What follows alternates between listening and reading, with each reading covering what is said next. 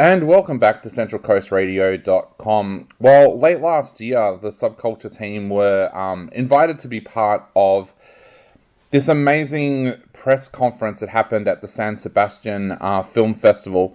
It was all around the film Marlowe, which is out in Australian cinemas now. And it actually feels really weird going back to this interview because it happened so long ago. I think it was about 7 months ago. But at that press conference, the stars and the director and the producers of the film were all present. So we were able to be part of the questions that were thrown to the team. And the first question that was asked at the press conference went to Liam Neeson himself, and it was whether or not playing Philip Marlowe was a dream role for him. Yes. Because, there's been some extraordinary actors who've played it, as we know. Humphrey Bogart,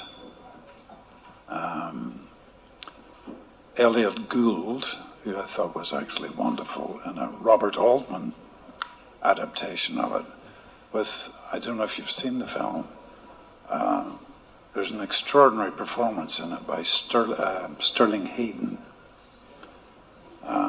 And I saw it quite recently too, and Robert Mitchum, of course, played it in the early 70s,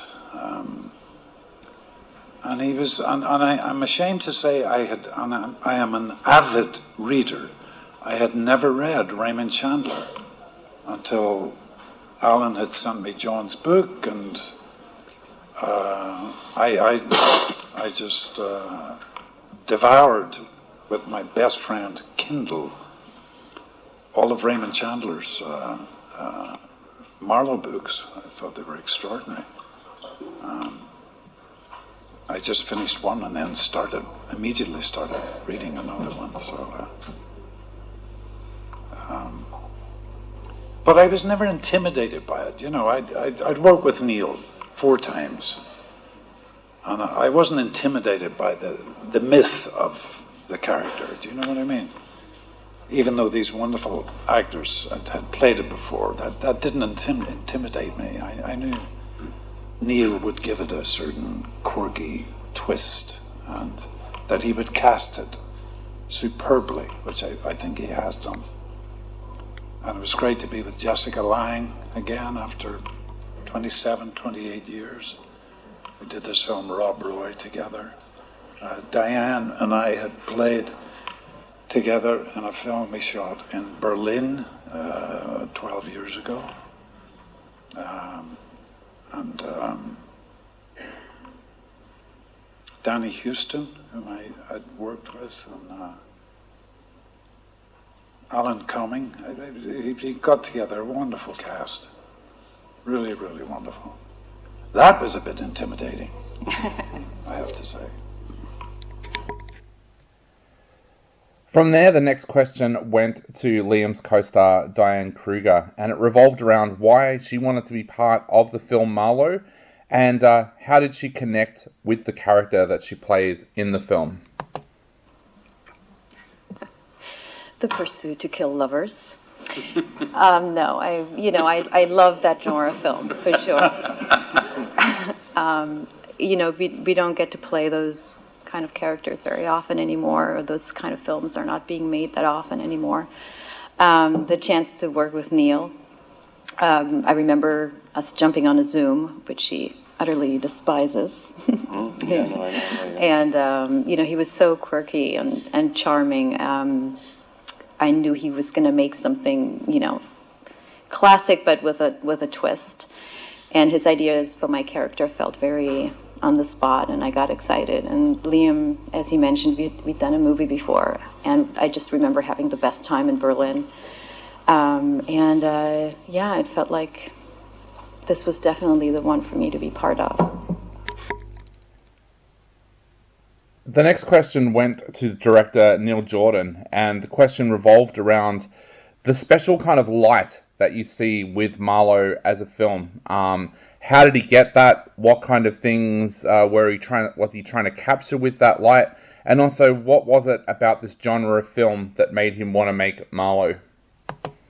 It's not so much the genre; it's more the entire landscape of the movie. Do you understand what I mean? I mean, they're about mysteries, aren't they?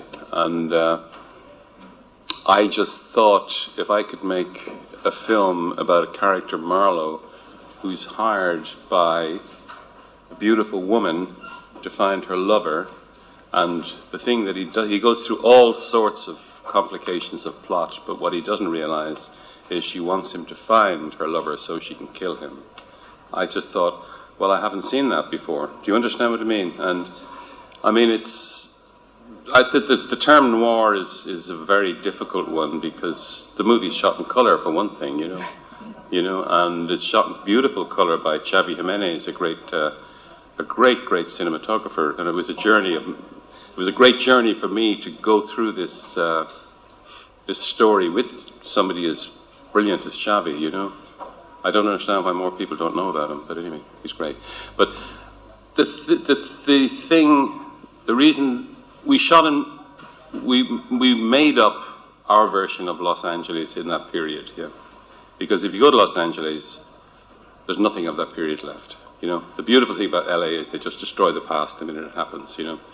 So we had to kind of invent an imaginary city, really, and that to me was the attraction and the challenge of the film, you know, rather than trying to approximate to any noirish aesthetic. Do you understand what I mean? Thank you. One of the great things about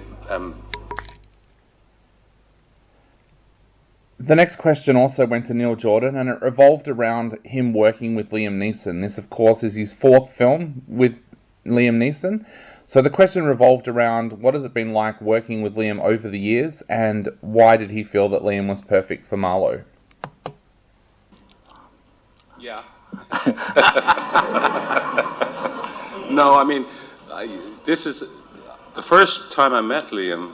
The first time I saw Liam actually was on stage in Dublin, and he played in a play by Brian Friel called Translations.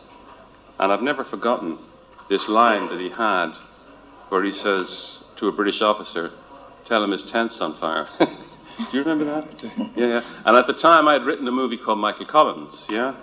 And you hadn't done films at that time, had you? By that time, no? No. I don't think so. And I said, if I ever get to make this movie, I'd like you to play it. And as circumstances happened, we ended up doing it together, you know. But no, I mean, Liam has always been an extraordinary actor, extraordinary presence, and I think to explore the character Marlowe with somebody that I was so familiar with, and I had a relationship with, and somebody who had that iconic kind of status and that iconic aura, can I put it that way, was for me thrilling to do. So there you go. That was some of the grabs from the Marlowe press conference at the San Sebastian Film Festival late last year. You're on centralcoastradio.com.